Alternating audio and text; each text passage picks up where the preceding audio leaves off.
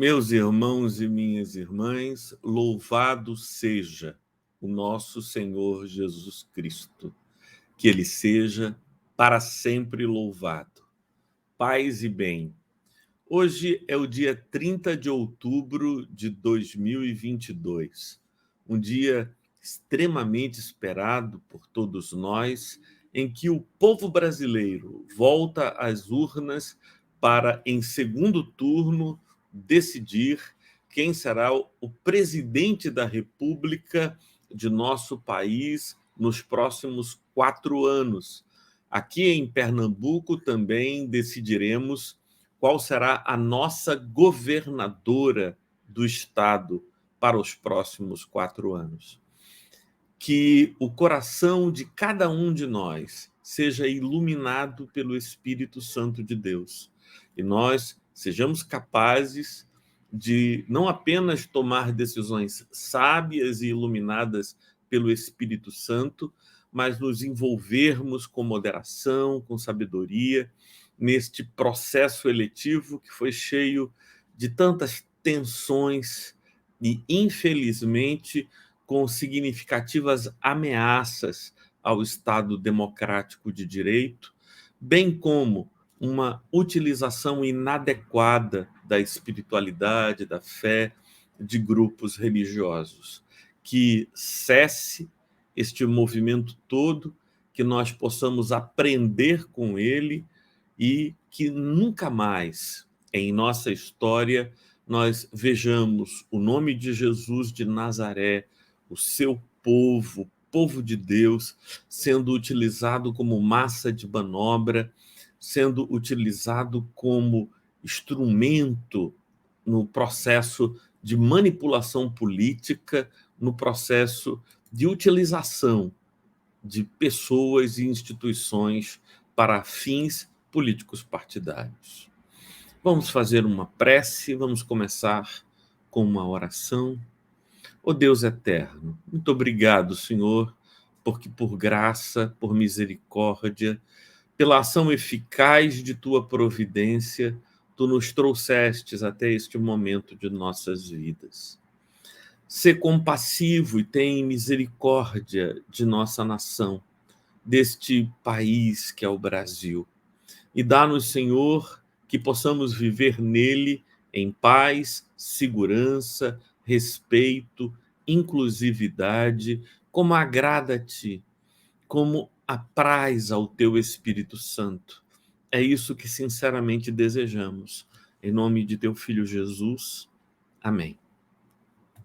Passo a leitura do texto do livro de oração comum, Coleta pela Pureza. Onipotente Deus, que vês todos os corações, conheces todos os desejos, e para quem segredo algum está oculto, purifica os nossos corações e pensamentos com a inspiração do teu Espírito Santo, para que te amemos com perfeição e dignamente glorifiquemos o teu santo nome, por Jesus Cristo, nosso Senhor. Amém. Nós clamamos a Deus que receba o nosso culto, que seja ele louvado por nossas vidas e em nossas vidas, para que jamais sejamos afastados de sua misericórdia e imensa sabedoria. Quero convidar você, minha irmã e meu irmão, para comigo fazer uma oração penitencial, uma oração de confissão, no espírito do Kyrie. Senhor, tem compaixão, tem misericórdia de nós. Cristo, tem misericórdia de nós. Senhor, tem misericórdia de nós. Ó Senhor, confessamos a Ti que frequentemente temos pecado de diferentes e diversos modos, por palavras e pensamentos, por ações e omissões, pecado contra Ti, pecado contra nós mesmos e pecado também contra o nosso próximo. Olha para nós com misericórdia e perdoa os nossos pecados. É o que te pedimos, em nome do teu Filho Jesus Cristo. Amém. Neste momento, queria convidar a todas e todos que estão conosco para que procedamos à leitura que se encontra na Palavra de Deus, no livro dos Salmos, o Salmo de número 119. Eu gostaria de lhes convidar para a leitura dos versos 137 a 144. Tsadê. Justo és tu, Senhor, e retos são os teus juízos.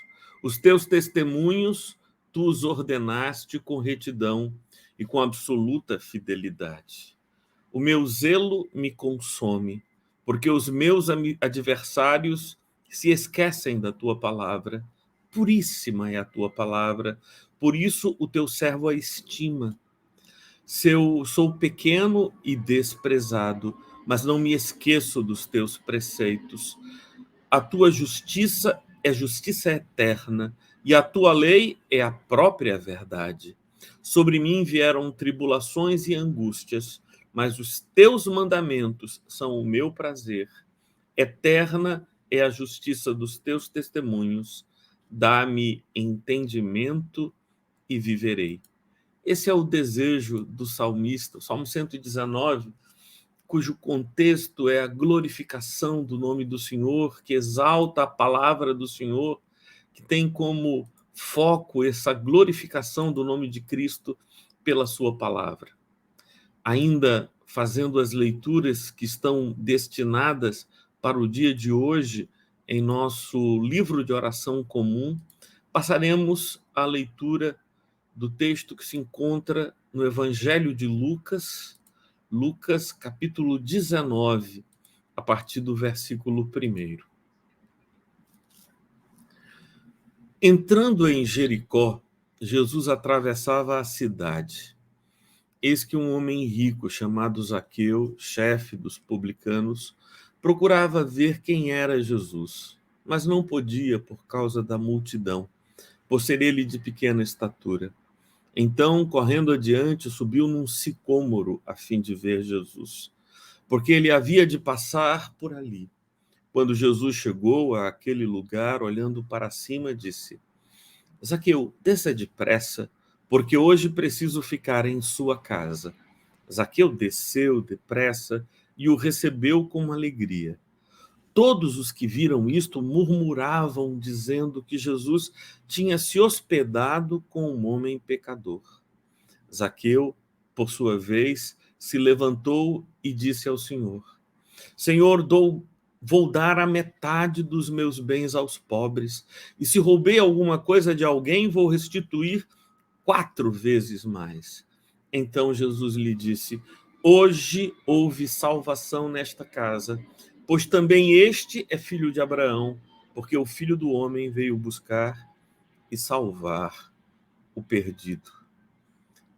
Evangelho do nosso Senhor, louvado sejas, ó Cristo. Meu avô era um pregador do Evangelho extraordinário. Um dos mais inteligentes e hábeis pregadores que eu já vi e ouvi em minha vida.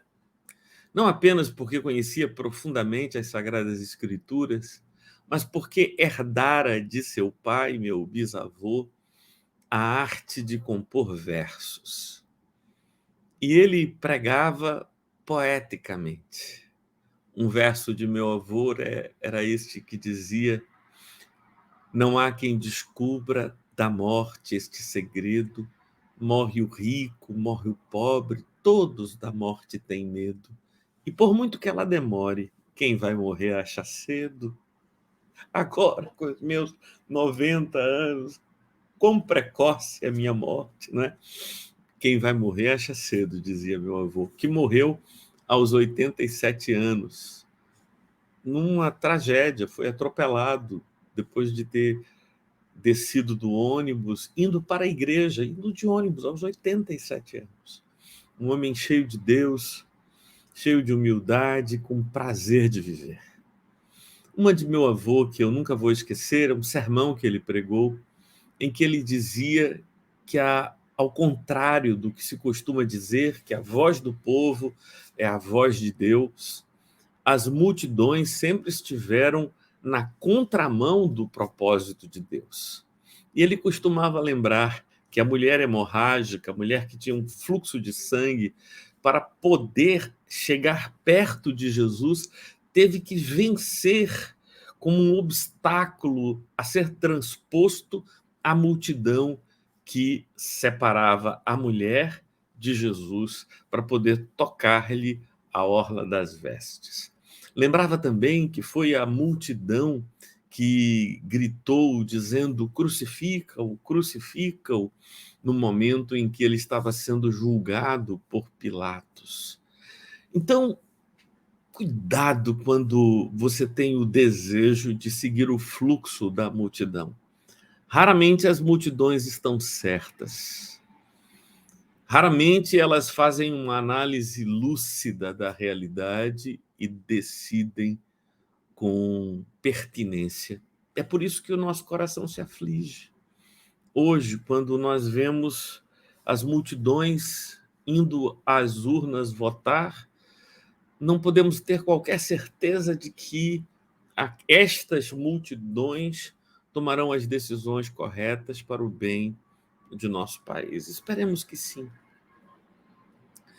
No texto que acabamos de ler, nós encontramos um homem de baixa estatura chamado Zaqueu, que por profissão era publicano.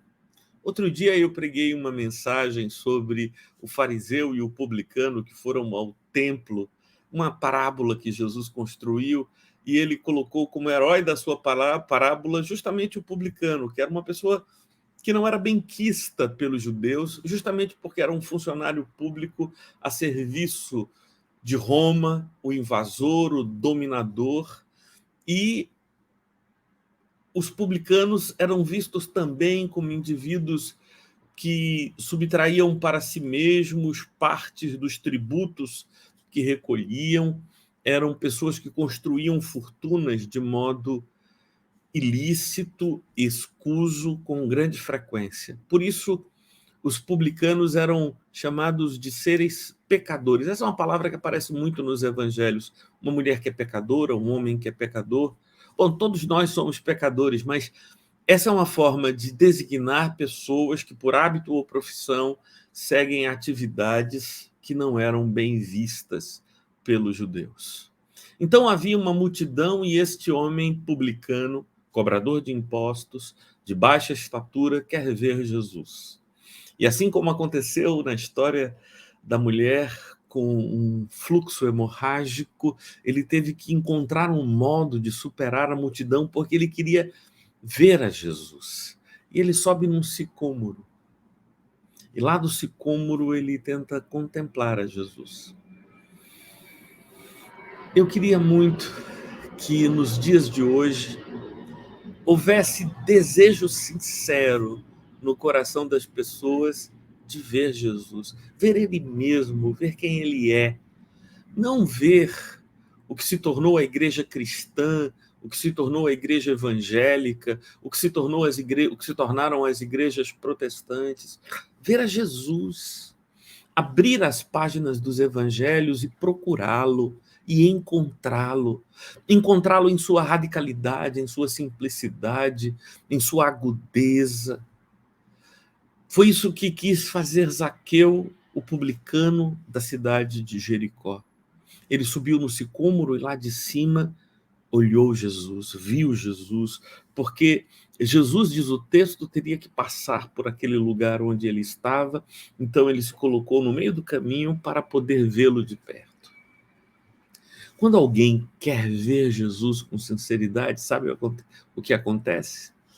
Jesus vê essa pessoa também. Jesus está à procura dos que o procuram. Jesus deseja, sinceramente, estabelecer uma relação de correspondência com aqueles que abrem seu coração para ele. Jesus, então, vê Zaqueu em cima da árvore e diz: Zaqueu, desce depressa, porque a mim convém hoje ceiar em tua casa. Zaqueu deve ter ouvido perplexo o seu nome, como ele me conhece, mais ainda, como ele sabe meu nome, mais ainda, como ele se afeiçoou de mim a tal ponto de querer estar na minha casa, entrar no meu lar, onde os religiosos, os rabinos, os homens tidos por sérios deste mundo não querem entrar. Zaqueu desceu depressa, correu na direção de Jesus, o acolheu, levou-o para casa, preparou uma ceia, um jantar para Jesus e seus discípulos. A casa de Zaqueu fez-se festa. Mais uma vez, as pessoas viram aquilo e murmuraram. Dom Filadelfo, meu irmão, pároco de nossa comunidade, louvado seja Deus, Dom Filadelfo, porque os que nos veem fazendo casamento de pessoas homoafetivas murmuram e falam mal de nós. Louvado seja Deus, Dom Filadelfo, porque aqueles que nos veem em diálogos ecumênicos murmuram e falam mal de nós. Louvado seja Deus, Dom Filadelfo, porque quando as pessoas nos veem com uma vida engajada contra a injustiça, contra o desrespeito às minorias, contra a violação dos direitos humanos, eles olham para nós e murmuram contra nós. Meu irmão amado, meus irmãos, eles também murmuraram contra Jesus. E murmuraram por quê?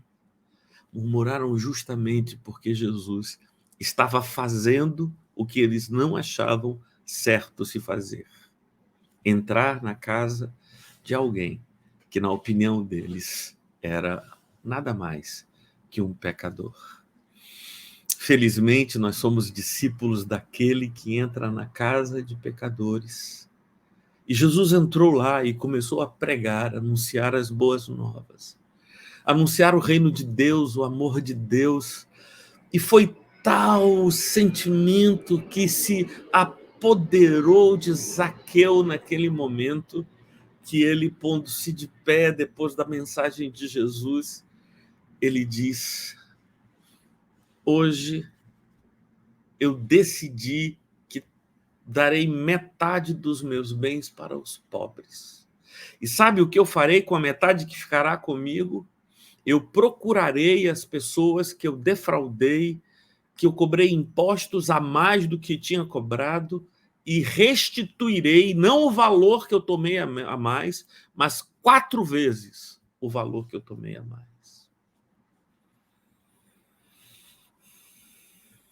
Zaqueu mostrou o seu coração arrependido. Zaqueu revelou o seu coração convertido, justamente porque quebrou os laços com o seu ídolo doméstico, pessoal, mais poderoso. O materialismo, o apego ao dinheiro, esta afirmação de seu valor, de sua importância pelas riquezas que detinha. Zaqueu lutou para granjear aquela fortuna que possuía e fez de tudo, usou os recursos ilícitos possíveis para conquistar isso. Mas agora ele não precisava mais do dinheiro, das metodologias espúrias para conquistá-lo, porque agora ele descobriu que o seu valor pessoal está em ser amado de Deus. Na relação com Deus, nesta relação própria, pessoal, indestrutível, de amor que procede de Deus para nós e que nos invade, Zaqueu encontrou um outro motivo e uma outra razão para viver. Por isso ele pôde, e eu e você podemos romper com nossas idolatrias pessoais, que nós mantemos como uma tentativa de afirmação de nosso valor, porque descobrimos que o que nos confere valor de fato e de verdade não é o que temos, não é o que possuímos, não são as pessoas que se colocam ao nosso redor e que são influenciadas por nós, mas é o fato de sermos amados por Deus, sendo ainda pecadores. Esta é a grande realidade, esta é a grande verdade salvadora e redentora. Ao ouvir essa declaração, que daria metade dos seus bens aos pobres e restituiria todos aqueles a quem ele havia de algum modo defraudado, Jesus diz: hoje entrou salvação nesta casa, pois também este é filho de Abraão, ou seja, este é filho da fé, porque Abraão é o pai da fé. Este é alguém que compreendeu a radicalidade da fé que lhe proponho. Porque o Filho do Homem, versículo 10, talvez o mais delicado de todos, veio buscar e salvar o perdido. O Filho do Homem veio buscar e salvar o perdido. Eu lembro do pastor Caio Fábio, no momento em que ele se converteu, ali pela década de 70, muito envolvido com várias loucuras. Ele que tinha crescido na igreja, ouvido o evangelho desde muito pequeno, ele disse que em algum momento da vida dele ele fez uma oração ao Senhor dizendo assim: Jesus, se o teu negócio é de procurar os perdidos, me acha, porque eu sou um prato cheio para ti, eu sou alguém que está muito perdido e eu preciso de ti. Minha irmã e meu irmão, diferentemente do que você tem pensado e ouvido, Jesus não veio para este mundo procurar gente santa, justa, pura, reta. Jesus está neste mundo procurando aquele que se sente vazio, aquele que se sente fraco, aquele que se sente sujo, aquele que se sente perdido. Ele quer dar as mãos a mim e a você e restaurar as nossas vidas, ressignificando as nossas vidas, dando direção às nossas vidas. Eu espero que você ouça esta palavra e diga, como disse o pastor Caio Fábio, ainda na década de 70 do século passado: Senhor, se tu estavas procurando alguém perdido, pois bem, achaste. Vamos orar? Ó Deus eterno, louvado seja o teu nome, porque em tua graça nós podemos confiar. Nós nos estribamos em tua misericórdia. Delas, da tua graça e da tua misericórdia, procedem toda a convicção que temos de que podemos manter contigo íntima comunhão. Ser louvado, Senhor, e ser exaltado por concordares e aceitares ser nosso Senhor, por teres nos chamado, como fazes nesta manhã, para te servirmos com singeleza de coração. Ser louvado, ó Pai, em nome do teu Filho Jesus Cristo é o que te pedimos. Amém. Amém. Amém. Meus irmãos, alguns avisos breves. O primeiro e o mais importante de todos os avisos é que nós nos reuniremos neste domingo, 6 de novembro de 2022, para um culto presencial. Então, estaremos lá no Hotel Vila Douro, na Avenida João de Barros, a partir das 10 da manhã.